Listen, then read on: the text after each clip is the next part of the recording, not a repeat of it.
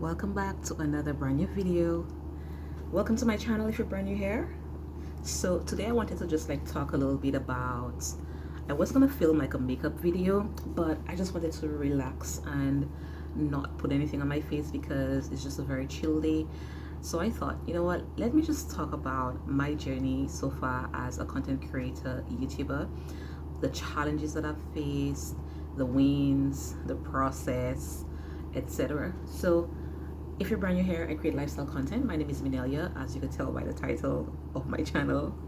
But yeah, so first things first, I have been a content creator for as long as I can remember. I have been blogging primarily from the blogger.com, original blogger.com days when it was not really a thing. To be quite honest, it was an accident. It was an accident. I thought that it was just an online journal or a diary that no one would have access to and that I could just share my thoughts and put it out there, just leave it there. Until I started to get comments, and I'm like, what is people and why are they commenting on my diary post? Because I had a lot of, I was never someone who was able to express herself very well. I have definitely grown that over the last 10 years. I would say it has been a complete transformation. And if you haven't watched my video about building confidence, I will honestly say that creating content has helped me build self-confidence so much. So definitely check out that video if you feel like you're missing some or you want to build your confidence. Definitely check out that video because I have some really good insights on there to help you start your process. So back to the story. So I thought that my blog or my page was literally just a private diary until people started to comment, and I was like, what is this? What is people? Why are they commenting? Because I was using it as a forum to when you put your dear diary, I went to work today and this person made me upset, I wanted to punch her. That's how it was. Literally, that's how it was. I was fresh out of A-level, so I think I was probably 19, 20. I think 20. I hadn't started working yet when I started my blog, and I didn't have anything to do, so I was just on there writing, creating things. I've always been someone who would go into the forums back in the yahoo.com days or the AOL days. I would be in the forums as well and talk to random people from all over the world in those different forums. I've always been someone who loved connecting with people, and when I started my blog, it was another avenue that I did not know just yet that would help me do that. So fast forward to, I would say, I continued blogging all throughout my early corporate days, up until 26, and then I transferred from blogger.com to WordPress, and then I transferred from WordPress to, I was on WordPress for a couple of years, and then I transferred to Squarespace. So Squarespace became the new in thing during that time period, and then now I'm on showit.com because I like creating the back end parts of it and just doing things and making it look a certain way. I just love that. It comes to me so naturally. And in 2016, 2020, I was 26. So in 2014, I wanted to travel to Paris, and before I traveled to Paris, I was in all the blogger pages. I would comment under there, and there were certain bloggers that I really liked their website and their content, etc. But I hadn't developed the means yet to do so, the pretty pictures and having the camera, etc. And I loved how they put themselves out there and they would get brand deals, and I was like, oh, you could actually create, money from this. And even though it was a hobby for me, I saw a different part of it, and I was like, I want to do that. That was when that desire or that dream was born, around that time period. So I decided to go to Paris, and it took me 2 years to actually go to Paris, from the time that I decided to the time that I actually went there. And before I went there, I said, I am gonna go to, so before I went to Paris, I created my calendar, my schedule, and I found a fashion show at Galerie Lafayette at the time and still today, I've always loved style. I've always loved style, and I've always loved self-development. So I started my blog as a self-development kind of sort of, and then it transferred into style and self-development. And now today it's the same thing, but I have roped in a little bit of like the content creation stuff in there because I've learned those things over the years. So I decided that when I go to Paris, I'm gonna try and give myself the opportunity to experience what the blogger girlies back then, so like the Chriselle Lames and the Christina Bazans and Kiara Ferragni. These girls, they were like the OG bloggers, for the blogger.com era, and they were like the face of these of like content creation and brand deals and fashion, etc. So I bought a camera. I bought a Nikon. I can't remember the model, but I think it's like an 8600 or something of the sort. I bought a Nikon camera, and I chose my outfits properly, and I traveled and I was taking all the pictures. I was in my Parisian era, blogger era, and I went to a fashion show while I was there because I like researched and put in the registration, and got the appointment, etc., to come in, and it was like a really amazing experience. So when I got to that trip, I started to create content that was much more refined around like the blogging era, so fashion, lifestyle, and I started to get a little bit more traction from brands. So brands started to reach out to me to say, hey, would like to review this item, so they would send me products, etc. Or I would get like what do you call those things, pre-written blog posts, sponsored blog posts. I didn't have to write the blog post. Sometimes I had to write the blog post and I would get paid for it, or I would have to just like receive the blog post and tailor it according to my blog, and I'd get paid for it. So I started to get a little bit of coins from the blogger era. My mistake was that I entered the coaching age where I was on YouTube one day, and this girl was talking about, oh, how you could if you're a blogger, here's how you can like take it to the next step. If you're creating that type of content, you could do lifestyle coaching, etc. And so I started to coach. Now I'm not regretful that I actually did that, because that era really helped me build my self-confidence, and it really helped me network. I met so many different people. I learned so many skills during that era. And I really grew as a content creator during that time. So from that era, I started to create like passive income packages, courses, etc. And it was getting interviewed on podcasts, a radio show, all those different things. It really helped me like really boost my confidence. I'm not regretful for being in that space at the time, but I kind of outgrew it during the pandemic area. I was gonna say the big C word. During the pandemic, I outgrew the coaching industry. I was like, you know what, I don't feel like it's really what I want to do. And so I took a step back from it and I shut down everything. I shut down my website, I deleted all the courses, I deleted everything, newsletters, all that, because also I was pumping money into it to maintain it, but I was not making any return on there. And I was like, we're not doing that. We are not doing that.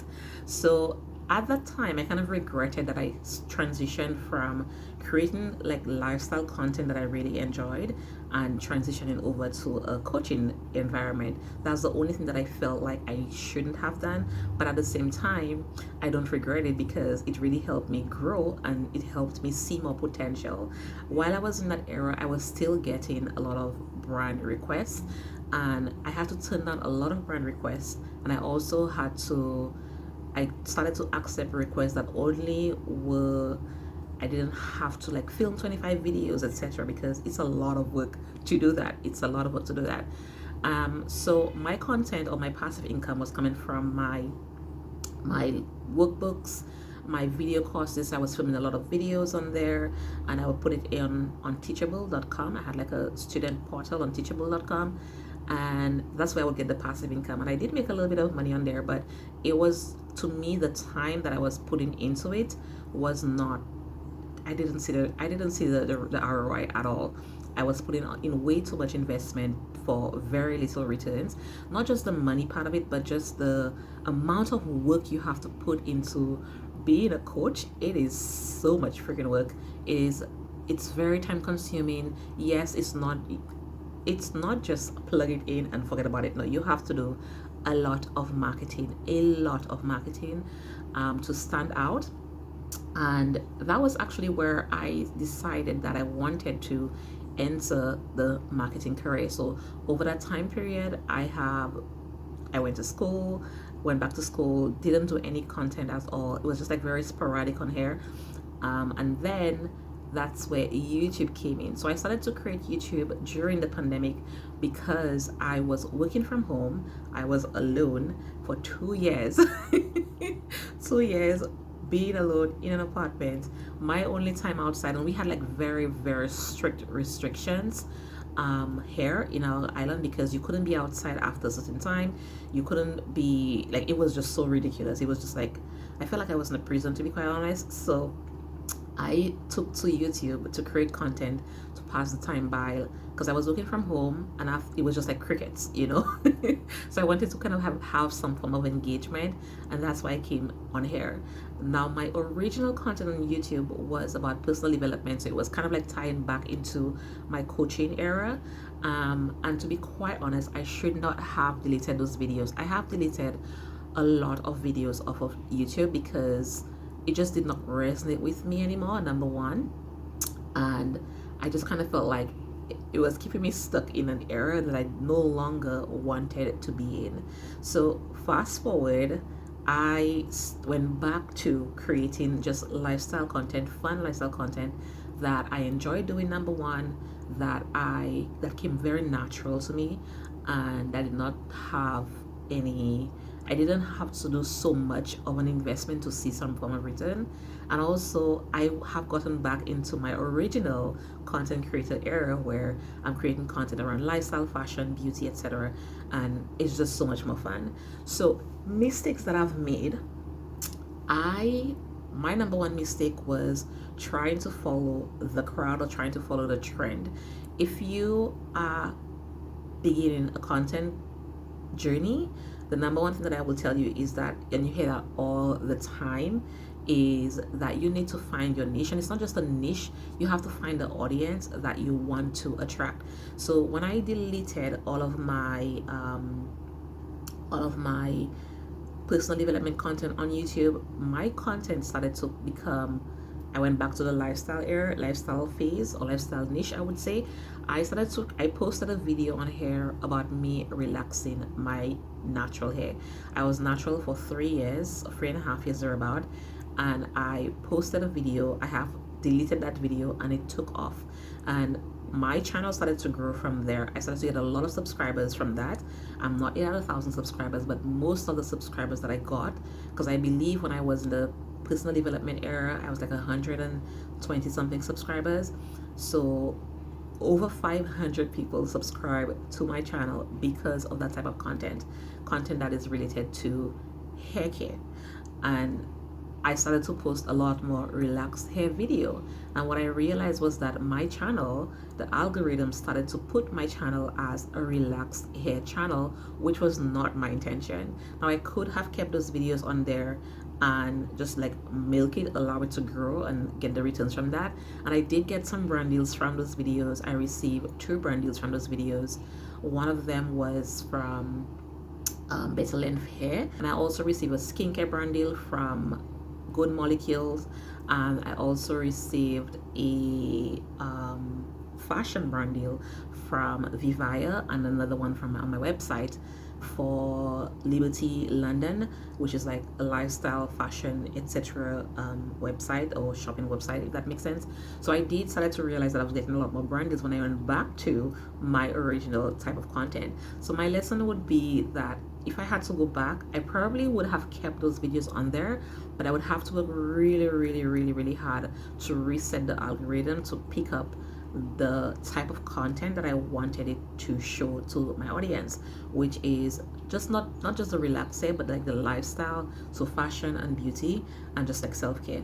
And I'll sprinkle a little bit of like personal development in this video because Again, these were content that came to me very naturally, and over time I think I'm probably gonna still do that, because there are times when I'm just like having a conversation with myself and it's about like confidence or whatever it is, like I'm reflecting and I feel inspired to just like put my camera down or put my phone down and film.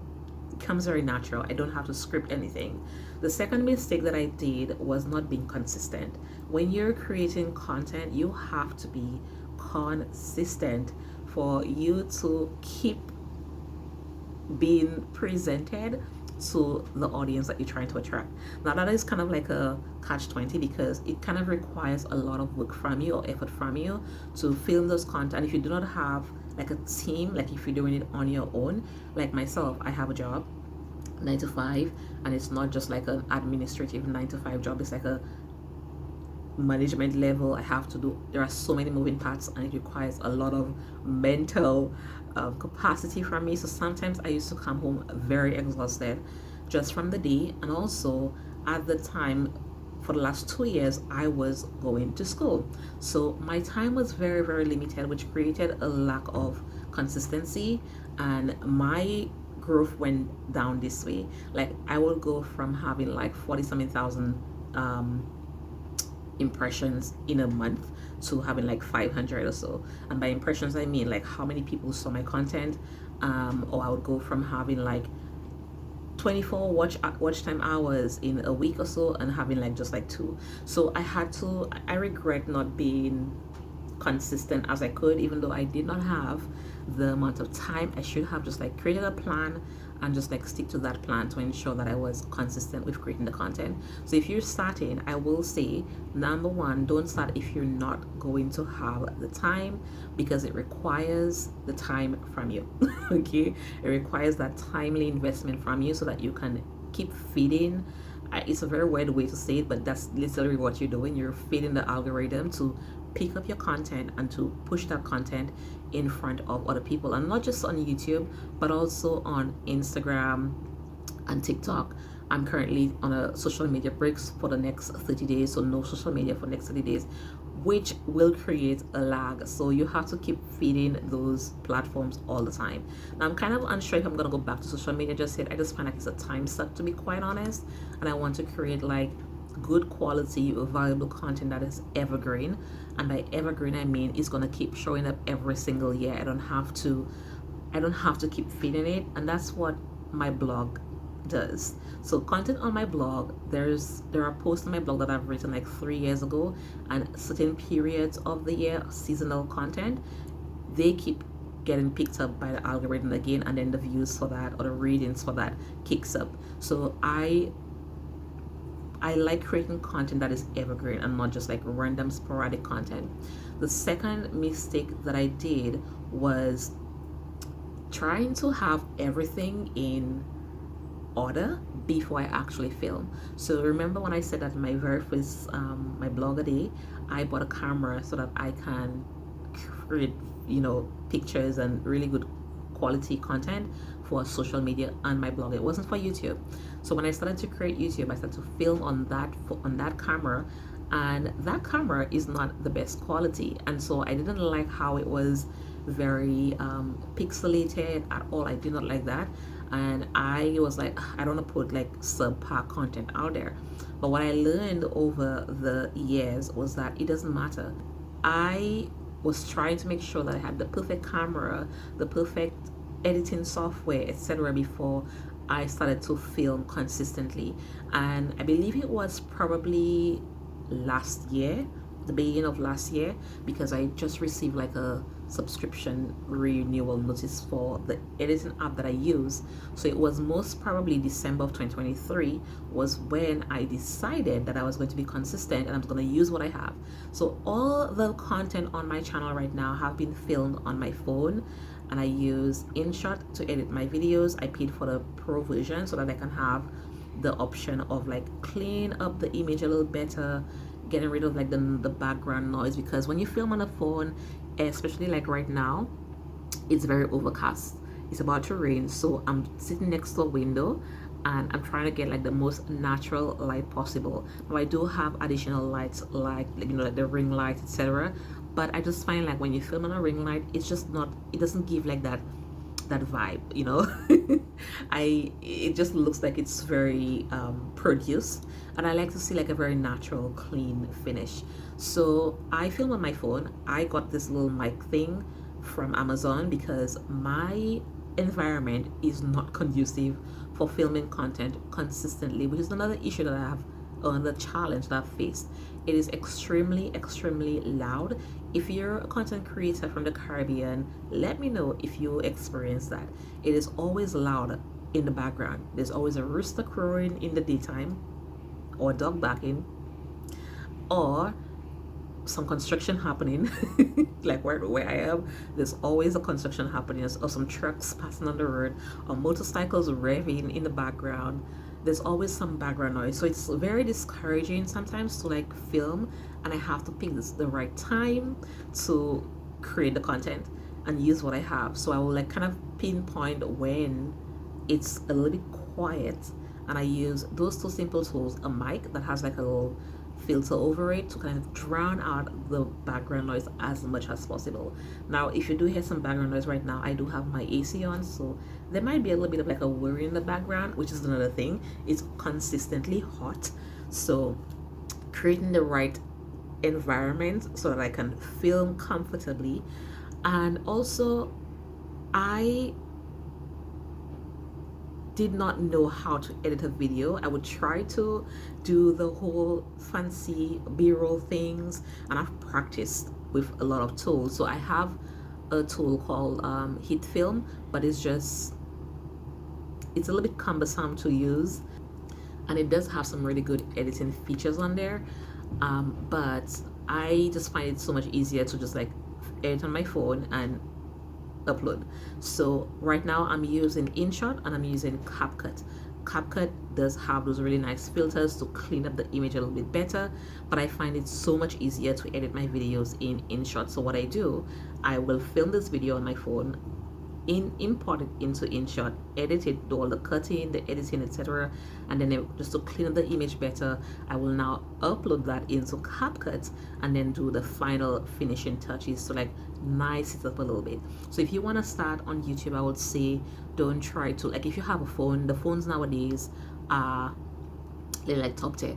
I'm filming this video on an AS21, no, yeah, A21s, but my phone is an S21. These are both Samsung phones, an S21.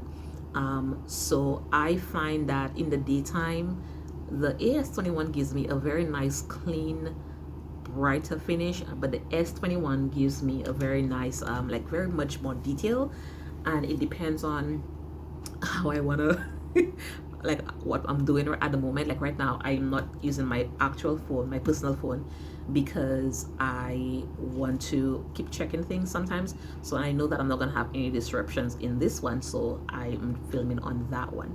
So if you have a phone that has okay quality, I will say just get yourself a window, sit next to a window.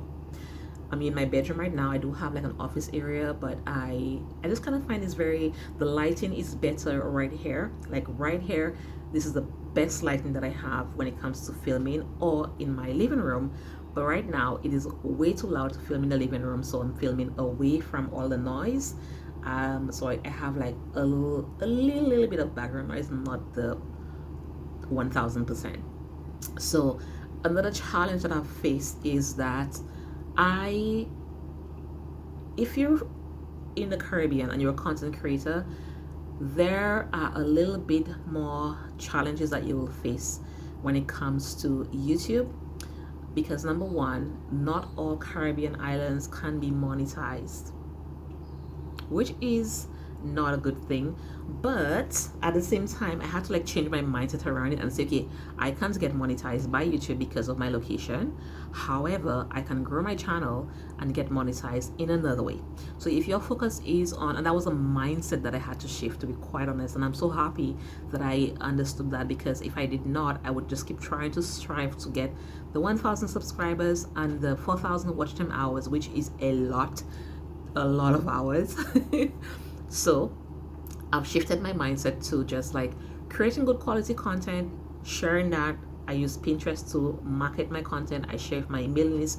I do have a mailing list, which is good from my coaching days, and a few persons who have signed up from YouTube as well. So I would share my content. Hey, there's a new video, or hey, there's a new blog post on there to like market to them, which builds the engagement. Because at the end of the day, it's not just like the numbers, like you have 1,000 subscribers and whatever it is for a brand, but it's like proving that you have an engaged audience. So I changed my mindset from, okay, not focusing on getting that vanity metric to get the monetization option, which is gonna be good because you never know, maybe one day YouTube will decide to put us back into the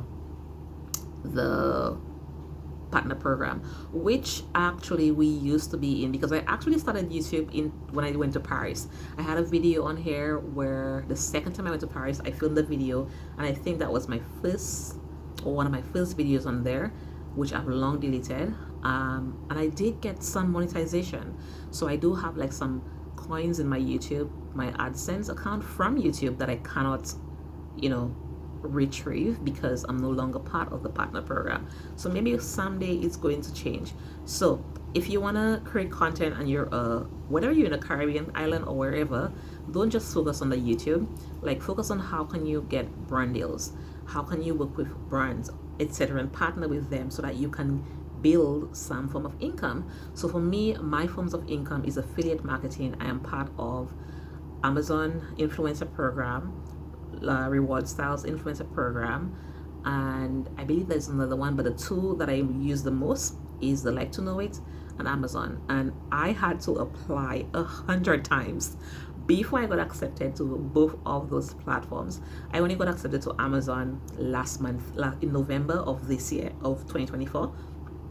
And I got accepted into Like to Know It during the pandemic. I applied to it for years, like literally for years, from the time I decided that I wanted to be a lifestyle blogger until 2022. So I've been part of Like to Know It for 2 years, and I have made $609 thereabout in affiliate commissions, which is good. And that's just from not making an effort.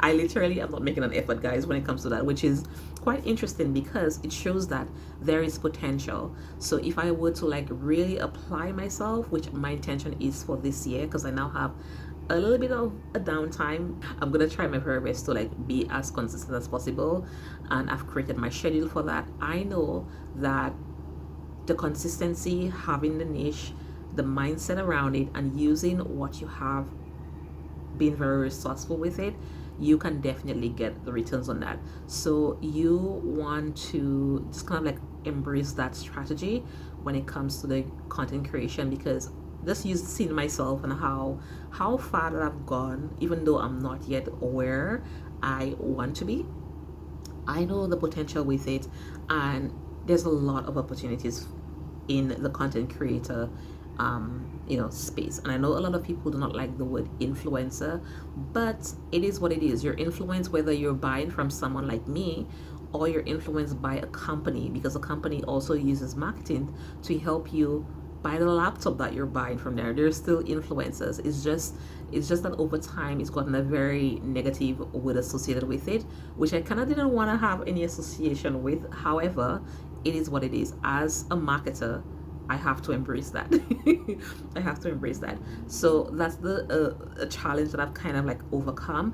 And the other thing that I will say is that because of my location, I have to turn down a lot of brand deals.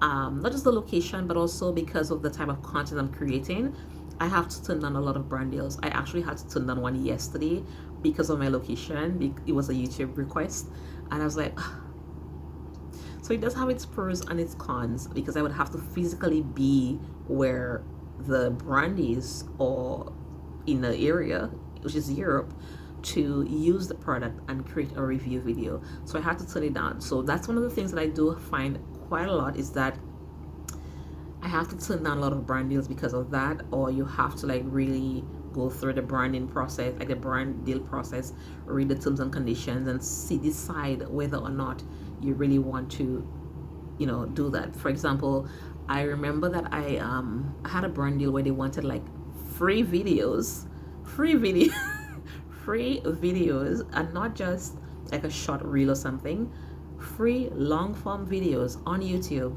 and the payment was 250 US. And I'm like, what do I look like?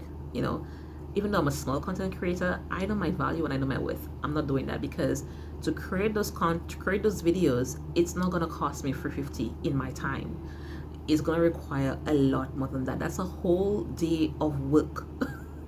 Just filming, setting up, filming, scripting, and then there's the editing process, and then there's the review process, and then there's the publishing, and then there's the marketing. And 250, I don't think so. So I've had to like really change my mindset around, oh my god, yes, a brand deal, to let me think about it. I don't think it's gonna work because I don't think that we're the right fit for this. I'm sorry, and I just decline respectfully. So if you want to do content, you have to, yes, there are times that you can accept something because it doesn't require so much from you, so you have to like really weigh your options or weigh what is required. So for example, I've received free skincare products because I like the brand and I want to, and they don't require me to, it's not a necessity for me to film 25 videos or whatever it is. It can just be create a reel or create a shot or something of the sort, or just like put it in your blog post somewhere, sprinkle it in there, link it in there. So I have received those options where a brand will reach out to me and I have an existing blog post that is talking about beauty or fashion or home stuff, and they will reach out to me and say, we like this blog post, we have this product, we would like to pay you to put our product, link it in your existing blog post. So you have to like really, I've had to like really learn how to navigate that area, and ensure that it's a win-win and not sell myself short. So that is kind of like a wrap up of this video. There's a lot more that I can talk about, like how to start a video, how to start a YouTube channel, how to start a blog. I actually love blogging. I like creating content on my blog because again, it's evergreen and I own that platform, I own that domain. I can decide today to take my content and go over to Squarespace and re-upload that key thing. I don't know what the script, re-upload that script, and it will just be there in like 24 hours. Or go to WordPress or go to blogger.com, whatever it is, whatever platform, because I own that content. And that's one of the reasons why I think that I'm always going to have a blog, because it's just seeing how far that I've come. Like if you were to go back to like go to waybackmachine.com, and I always do that to like see how far I've grown. I always go to waybackmachine.com and like search my URL and see how much my brand has transformed over the last 10 years. 2025, yeah, 10 years. I would say 10 years or about.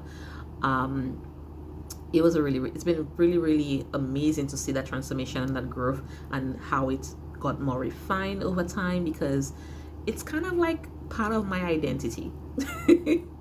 So I will say that if you want to start a blog, I have a blog post where I give you like a full breakdown on how to do that, so you can check the link in the description box for that. If you want to start a YouTube channel, there's a ton of resources on here that I'm pretty sure that you can go into and dive into, but it's pretty simple. You just like pick your channel name, and I will just say use your name. That's the most easiest thing that you could do. Use your name, pick your audience or your niche, how you're gonna tell the story to them. Is it sit down videos? Is it vlogs? Is it a combination of that? I like the combination because vlogging for me is kind of like a task. It's a task. I don't enjoy it, not at this moment, because there are so many moving clips and little pieces that I have to keep putting together, and that makes editing the content a lot more exhausting. So I try to make sure that if I'm doing like a vlog, it's gonna be inside. I'm not walking around with a camera like this. That's just way too much. Unless I'm traveling or something, it's not gonna happen. It's not gonna happen. So I like the sit down content, and I like the hauls, those type of content. For me, it just comes more naturally, and it's less stressful. So you have to pick what type of content that you want to create, or how you're going to tell your story on your blog, on your platform. Is it going to be via short form 5-minute videos, or long form content like a 1-hour vlog? Different people like different type of things. Like I love sitting down and watching 1-hour vlogs. by other content creators. But am I gonna do that? No, not gonna work. Unless I have like an external party who's going to edit that vlog for me. No, it's not gonna happen. It's gonna take me way too long to film and to edit that video and to publish. And I'm not about that life right now. No, no, no. So just figure out like that. Pick your name, publish, start a channel. It's linked to your YouTube account, your Google account. Sorry, you create your channel, pick your handle for your channel. So for example, before YouTube would have like youtube.com/channel something something and a bunch of random numbers and letters mixed up, but they've changed that where you can actually use your name. So my channel is youtube.com/C Minelia Valsing, and that's it. So it's easy to be found on the internet, or when I'm telling someone go subscribe to my channel, here's the URL. It's very simple. And then social media, I would say social media is a little bit of it kind of ties back into the YouTube, but right now I'm using the community tab on YouTube to build that community, because I just find that I've been on Instagram for like 10 years and I'm kind of over it, to be quite honest. Like, it's just, I'm over it at this moment. So I'm not sure about that. But if you do want to use social media to market your content, I will say to just pick one and stick with that. My one social platform right now is Pinterest, and I just drive traffic back to my website, blog posts, or to my YouTube videos, and I just use the keywords, create a nice image for them, and I just use that as my marketing tool, and that's it. And my community is my YouTube section, the community tab section, and also my email list. So that is that for this very long, detailed YouTube content. What am I talking about? That's it for this video. I'm gonna see you guys next time. I think I'm hungry. I'm gonna see you guys in the next one. If you haven't checked out my previous videos, you could go ahead and do that. I think I have like the previous video before this one is a skincare one.